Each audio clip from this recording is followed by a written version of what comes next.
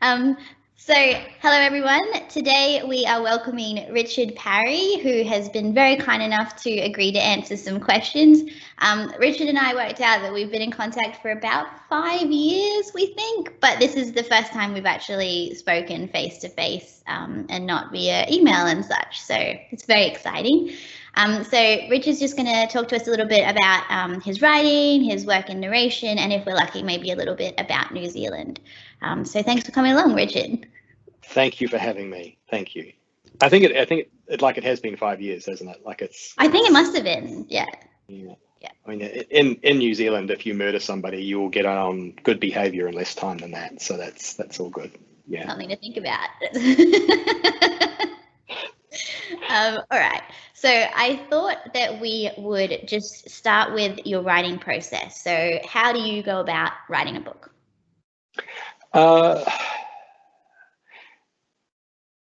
I normally start with something that I want to say. So the latest trilogy I finished is a sort of epic / dark fantasy thing. There are dragons, there is magic, there are swords, but it's a dystopian story. So it's at the 800 years after a technologically advanced civilization died, and there were tears, and a lot of people got very sad. But it is what it is.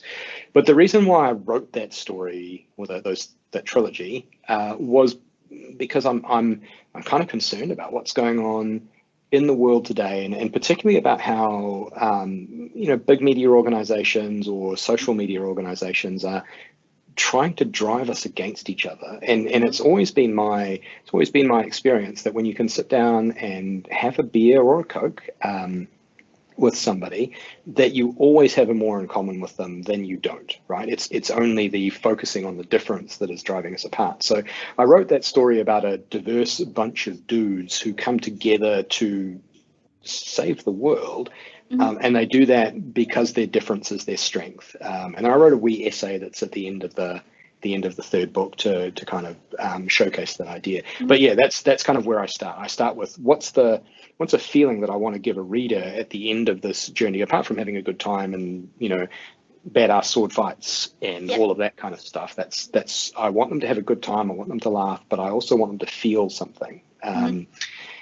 In order to kind of make that real, I start with the characters that I want to build. So I always start with them. I think about what do I want them to do and what do I want them to say as a part of being that character. And they need to be larger than life. So I tend to base them on archetypes. They're normally an amalgam of archetypes, but they're always plastic or whatever. And then I sit down and I do a very quick outlining process. It's basically, these are the 7 story beats I want to hit throughout the story. And I sit down and then I write it. Excellent. And we were discussing you're more of a discovery writer than I am, which I do admire. I think I just end up in a corner. So yeah, I back when I was learning to write, there's a lot of advice out there on you need to be a discovery writer or you need to be a outline writer. And I've just kind of found that mostly to just be bullshit from top to bottom. It's more important that you're a writer and that you write good stories, regardless of how you get to the end point. And so, when people ask me, should I be a James Patterson or should I be a Stephen King? I'm like, you should be whoever you are and just use the tools to build your best toolbox. Yeah, such good advice. Okay, so sort of related, what is the most interesting source of inspiration that you've had, or where do you usually get your ideas? Either one. I try and find them around me. Like there's this piece of advice that writers should write what they know. That's terrible advice. Most writers lead really terribly boring lives, and you don't want them to write that. And only in a couple of rare circumstances do they make a living out of it. Like I think John Grisham is actually a lawyer, but he doesn't write. He writes legal thrillers, not like how law would actually be practiced, right? So that, like, when I wrote my first ever real book, it was about a alcoholic who's bitten by a werewolf, but because he's a blackout drunk alcoholic, he doesn't remember it, and so weird things start happening, and he just doesn't know what's going on, and it's very confusing, and his teeth fall out, and he gets stronger, and he just doesn't really know what's going on until he eventually works it out. There's enough evidence for that to happen. And that was written through the perspective of seeing a few people that I knew go through some substance abuse, and like what does that look like, and what does it feel like, and then how do I make a cool story out of it, and maybe show people that there's their own personal redemption arc at the end of that they can use. So that's kind of where I get my inspiration from. I look around, and I guess if I were to be super touchy-feely, I'd call it an empathy-based approach. So I have never been a starship captain. I know. I don't believe you. But yeah, I've never flown a spacecraft. But I've written books about people who fly on a spacecraft, because I can try and imagine what it's like to be the captain of a starship, big or small. And so that's where I come from. I look around me and I go, what would that be like? You know, what does a leader struggling with anything have to do? And then if I give them the keys to a starship, what does that look like? So that's how I do that.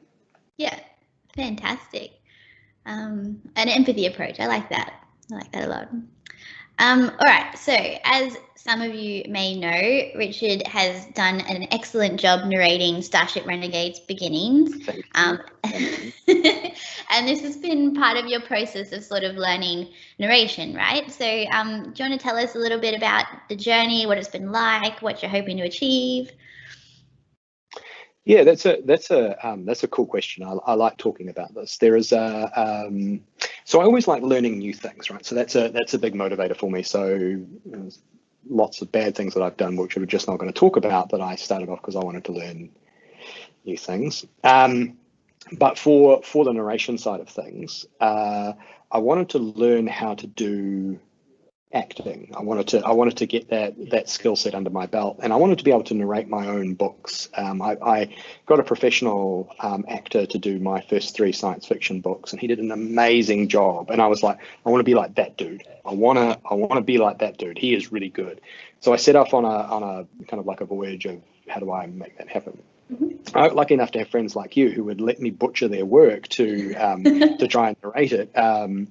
And it was fun doing that, because I got to read your story and work out what I thought your characters would be feeling in the moments that they were feeling them, and try and put that emotion into the work. So that's what I'm doing. Where I'm taking that is, I guess I'd like to narrate my own books. At the moment I can't, because we're renovating a house and I don't have a recording studio anymore. It's actually rubble, literal rubble. When we get to the end of that sordid and very painful and quite expensive journey, I will have a recording studio again, and I would like to, I guess I'd like to tell my stories the way that they sound inside my head, if that makes sense. Yeah. Yeah, absolutely.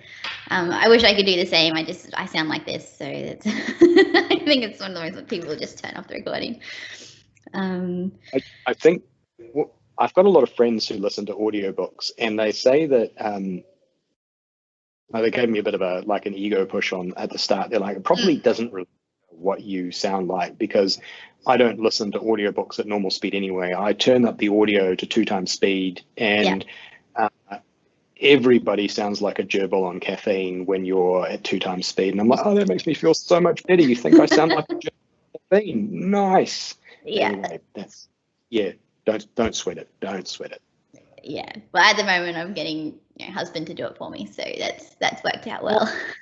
Outsourced to free labor. I love it. This is the gig economy. This is great. Yeah. Yeah, that's my plan. All right. So, do you have any quick words of advice for aspiring authors? I guess the first piece of advice I would have to the aspiring authors is don't fucking do it, man. It's just a terrible idea.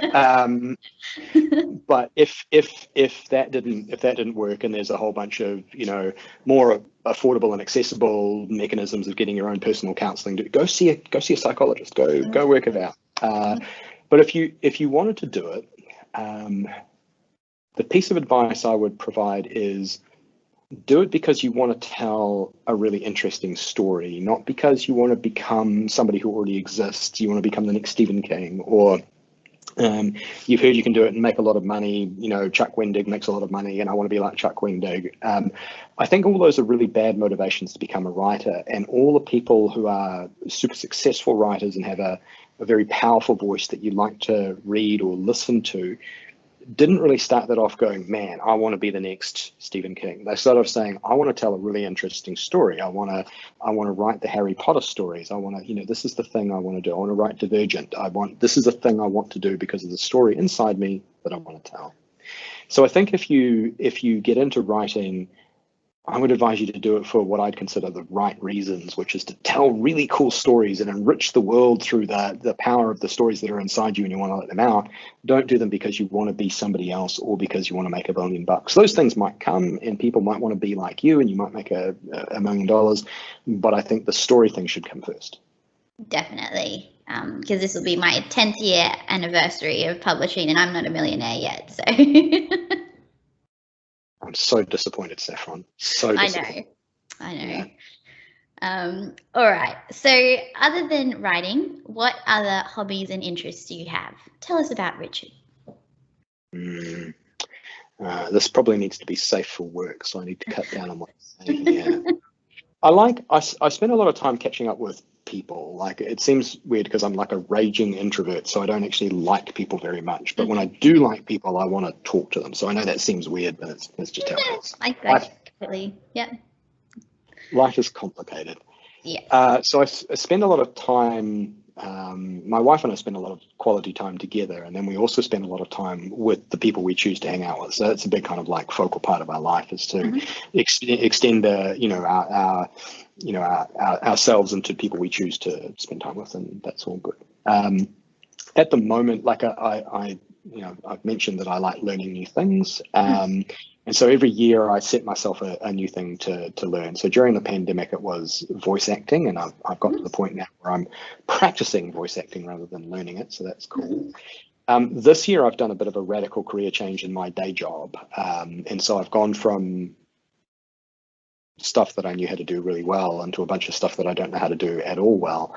It hasn't really slowed me down much because I have no shame or pride. So I just keep on bulldozing against it. But yeah, the career change has been interesting. So this year is going to be kind of mastering that. And then I don't know what I'll do next year. But basically what I do is I spend time with people, which often involves a lot of drinking. I write, which also involves a lot of drinking. And then I learn new skills, and that also involves a lot of drinking. So sensing a theme. There's some common element there I can't quite put my finger on. That's kind of how I roll. Fantastic. I like learning new things too. I think it's a good way to be. It keeps things interesting. Yeah, absolutely. All right. So in case people can't tell from Richard's accent, he's from New Zealand. So do you want to tell us a little bit about New Zealand? Any fun facts? I know you did a collection of colloquialisms a little while ago. Tell us about New Zealand. It's a horrible place. You shouldn't move here. We're full. Fuck off. So one of the interesting things about the pandemic that hit the entire planet at the same time is that people heard about this crazy little place called New Zealand. The Maori name, so the indigenous people of New Zealand are Maori. And their word for it is Aotearoa, right, which is the land of the long white cloud. So it's actually two main islands and some tiny kind of like rocks in the sea. We've got a little over 5 million people, according to the census that we've done recently. Apparently, the census is really hard to do during a pandemic, but whatever. Not because it's hard to count people, but it's because it's hard to work out what they're doing. Because the census is also, bro, what are you doing? And people are like, I got fired. Oh, okay, sweet. The country is a really interesting one. So in a job I had about 4 or 5 years ago, I spent a lot of time traveling the world and meeting a lot of different types of people.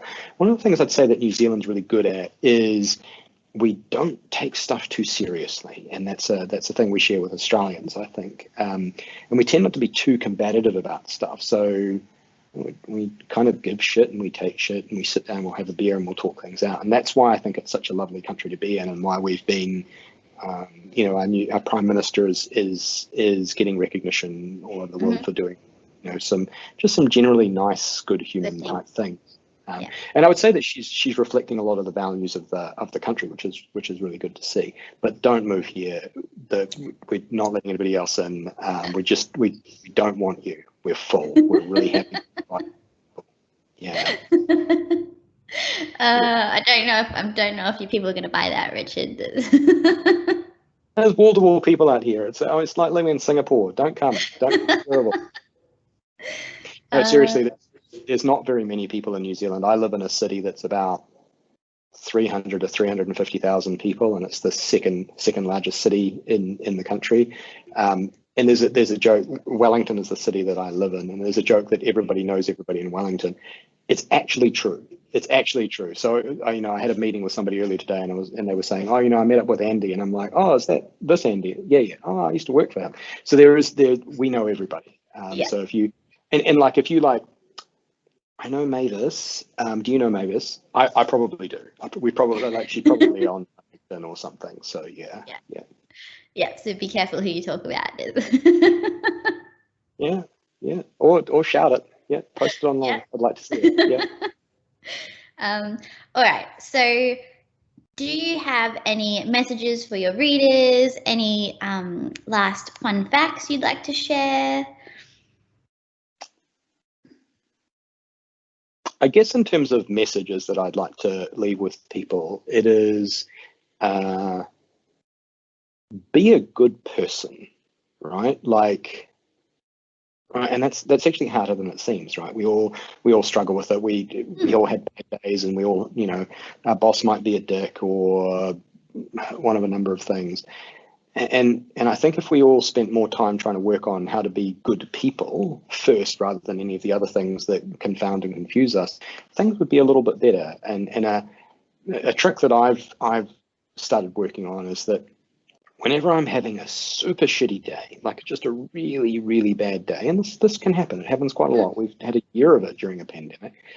Is that I try and find somebody to do something nice for, and it's a habit, right? So I might be small, or buy somebody a coffee. I'll see, John in the office is having a bad day, mate. Do you want a coffee? We'll go out for a coffee. Or it could be something significant, like you did a really good job. I've provided feedback to your boss. Or it can be somebody that you don't even know. There's a person who's dropped their entire shopping on the ground. You can help them pick it up. But if you do these tiny little things, especially when you're feeling really bad, it makes you feel better and you become a better person. So that's what I want people to do, is just be a good person. What a beautiful thing. That's really nice. I'm going to try and do that.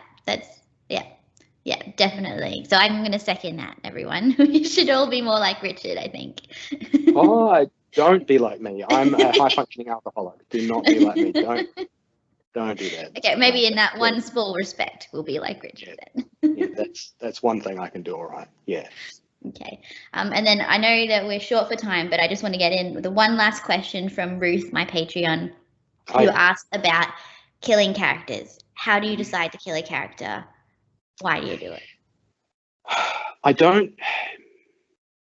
It's a really good question, and there's a complicated answer to it. But I only want to kill a character if it matters, if it's important, right? I don't just do a Joss Whedon, make you like somebody and then kill them. I think that's a dick move. I think they need to die for a reason.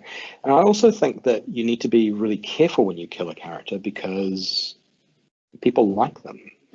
So if you've got a starship that's got 5 main characters on it and you kill one of those characters, you might find that 20% of your readers stop reading your series because you killed the person they identified with. So yeah, so I look at it and it's not that I don't want to kill a person because I'm afraid that 20% of people will stop reading the story. Like, if it needs to happen, then it needs to happen.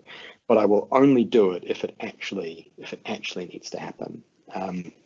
So like I feel like I give this as a spoiler because I finished writing the 3rd book in my werewolf series actually years ago. So if you haven't read it now, you're probably not going to. But at the end of that, there are a number of people who die. And there's a really poignant part, I think, and I believe this is true because I had people texting me saying that the ending of it made them cry, which is good. Writer goals. Yeah. And what I did was I had somebody who was a well-beloved character die. Right, that was what happened. Right, they had to go, but the reason why they had to go, and was more related to another character who loved them a lot, right? And so there was this big thing at the end where the character who loved the person who died a lot was basically had godlike powers, right?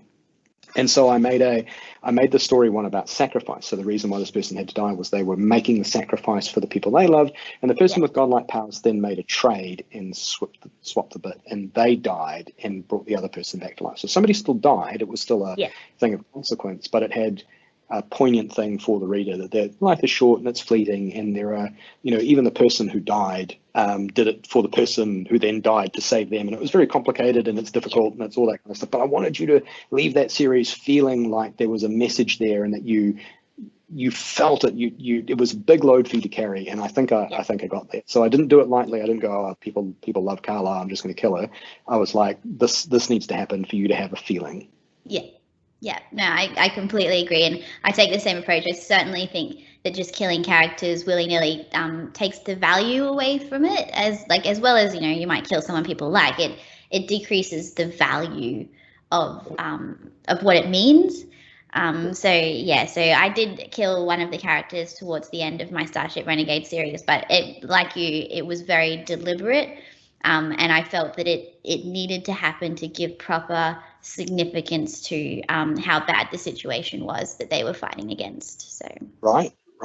People need to remember that. They need to go, man, this has been a journey, and nobody's coming out of this unscarred, but the loss of that person is important.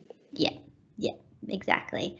All right, so I know we're pressed for time, so thank you very much, Richard, for coming along and answering all the questions. You can find Richard's books, I think, pretty much everywhere, and I will link to his website as well below. So thank you, Richard. Thank you. I've had a great deal of fun. I love talking about me, so we can talk about me some more next time. We'll have to schedule another one. Okay, cool. All right, lovely chatting. I'll catch you later. Thanks, Richard. All right.